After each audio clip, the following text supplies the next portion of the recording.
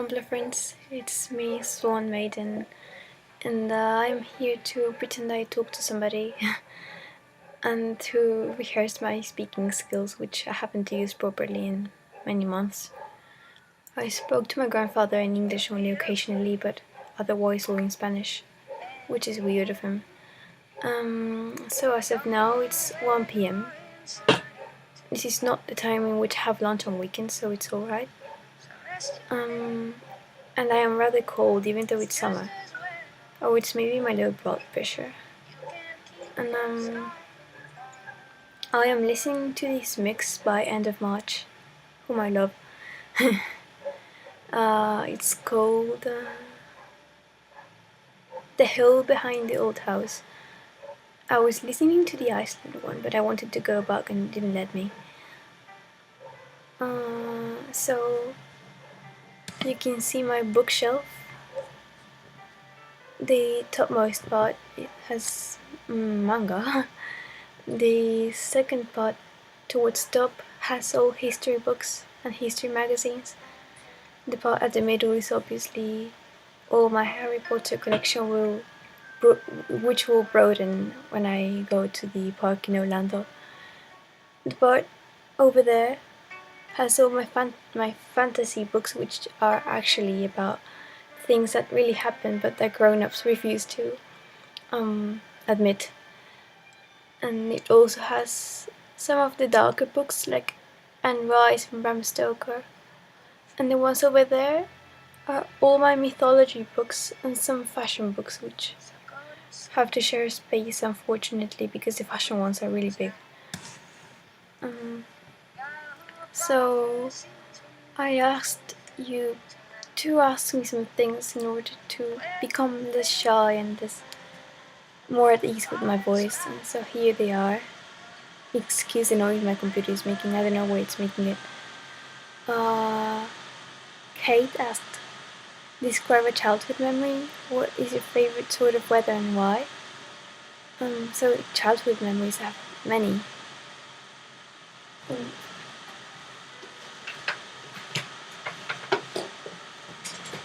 I have this panel over here that I made of my friends in order to keep me more accompanied. So, and it all has pictures of memorable events, so I'll pick one from here. For example,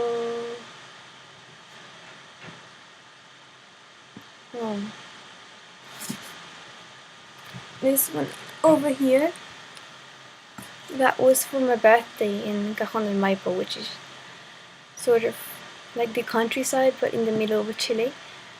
We had lots of fun. We went to pick up toads in our underwear because we had no swimwear, and we had raspberry pie because my friend's grandmother, she knew I liked it. I spent my birthday with my friend because she was living in Santiago and I couldn't see her in my everyday life, and it was great because seeing her was the greatest gift. That was lame, was it?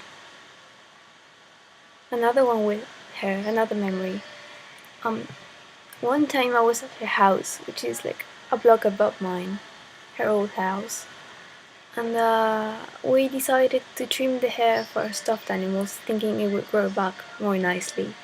Oh, it turns out it didn't, obviously. And then we realized we messed up. So my favorite kind of weather is awfully cold but not forecoming a natural disaster. I really like it that cold because it's summer over here and it's always warm anyway. I live in a desert, so we don't get rain or snow or hail. We have rain once a year, and we all have to evacuate schools and go home because our buildings are not made for rain, and it's lovely, honestly. I get to go home, and that's the greatest thing for someone that hates school.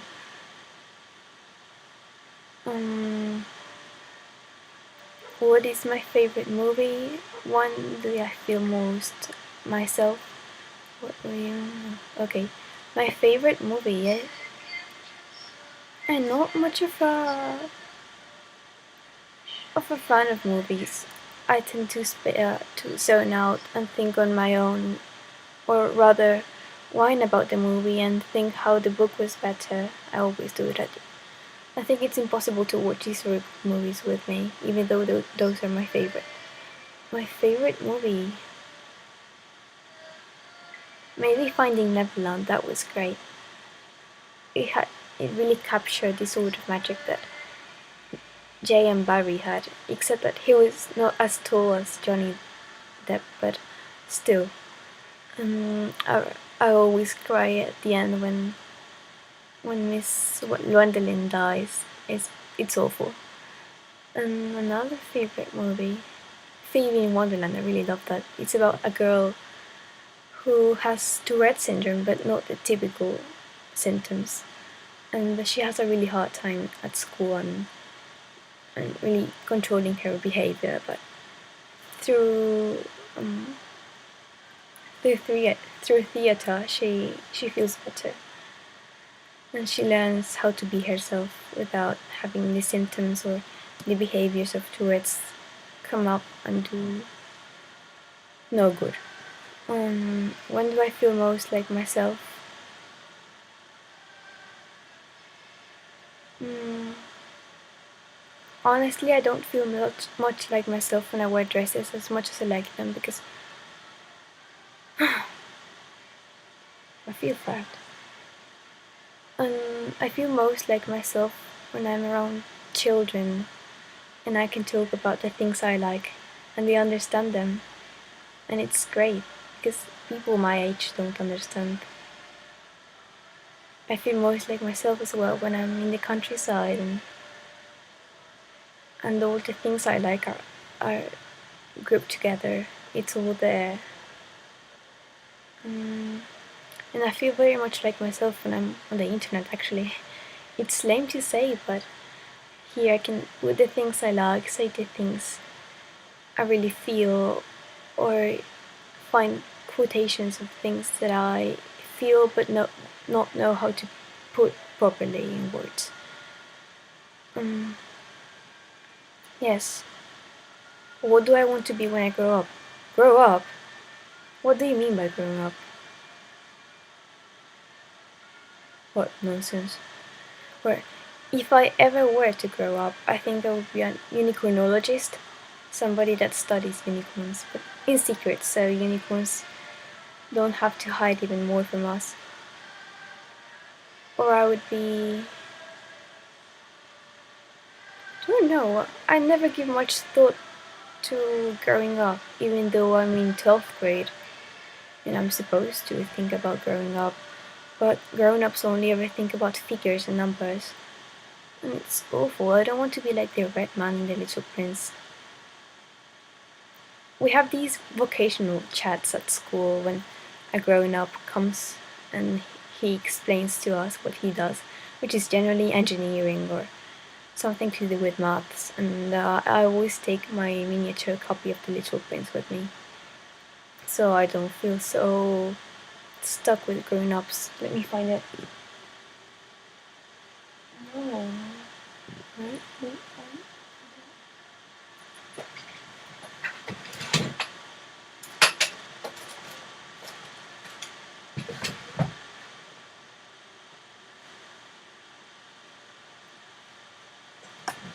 Okay, so I don't think I can find it without making a mess out of my bedroom.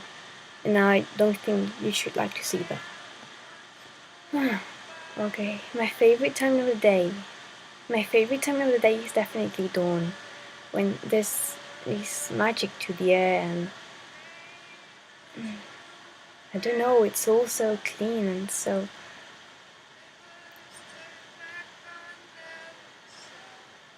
You're not really particular with the cleanliness of it, but there's this sort of magic, like everything is exposed at dawn, when you feel this crisp, cold air in the air in the morning, and everything is this pinkish sort of white or lilac, and the moon refuses to leave, and you can see a few stars. I think Venus is very vain because can always see her. I read once in a book, I think, that one should be sleeping in the night or early morning because the fairies get to paint all the flowers again and put everything straight and fancy. Oh, hold on.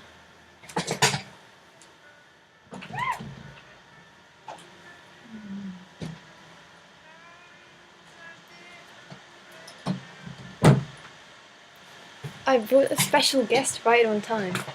This is Cat. Una niente. Cat the cat. And I was actually asked by the same person, Baby Alien, hello Baby Alien, to talk about my cats. So this is Cat. She was found at my mother's work office, and my mother gave her turkey, and then she decided not to leave. And she is wonderful. Oh, you can hear her purring.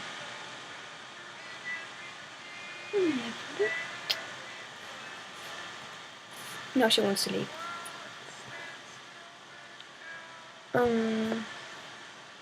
Cat. She's magical. She really understands me.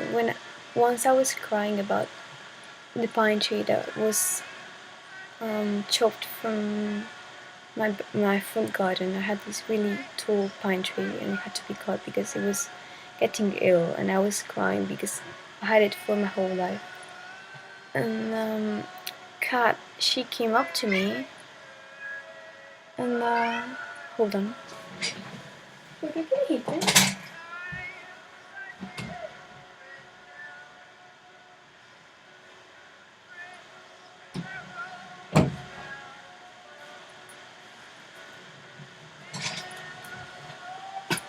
I think she just wanted to say hi.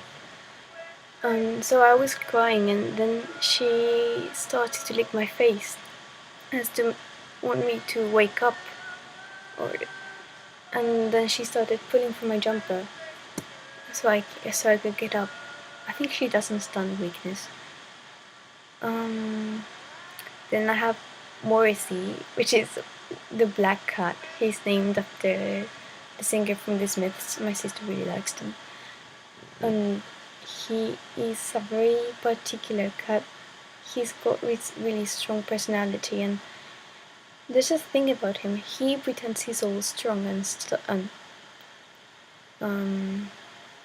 what's the word? Strong and mean and manly. Well, he's actually really keen on being cuddled and kissed, and though he doesn't like powder baths.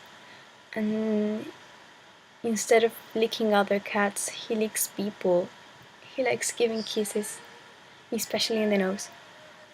Then I have Aslan, who is named after the lion in the Chronicles of Narnia. That was my my idea.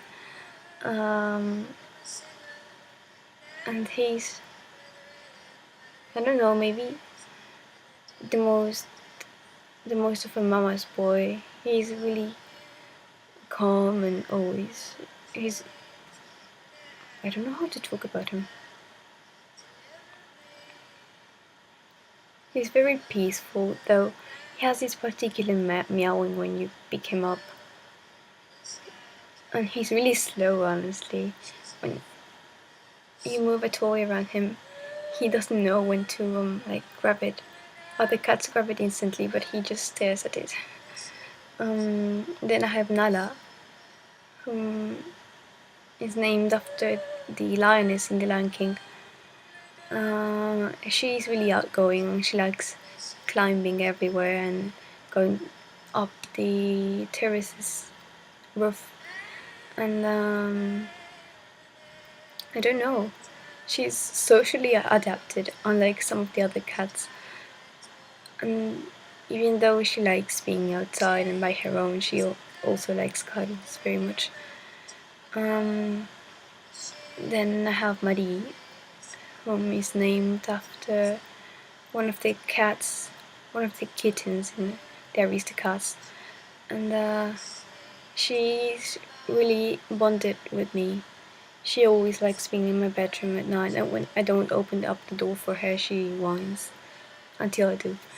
And yeah, I think she's only really bonded with me because I pick her up and she doesn't whine. She actually really likes to be in my arms, but when other people do, she runs away or whines to be put down on the floor. I will make the second part now because this is already long enough.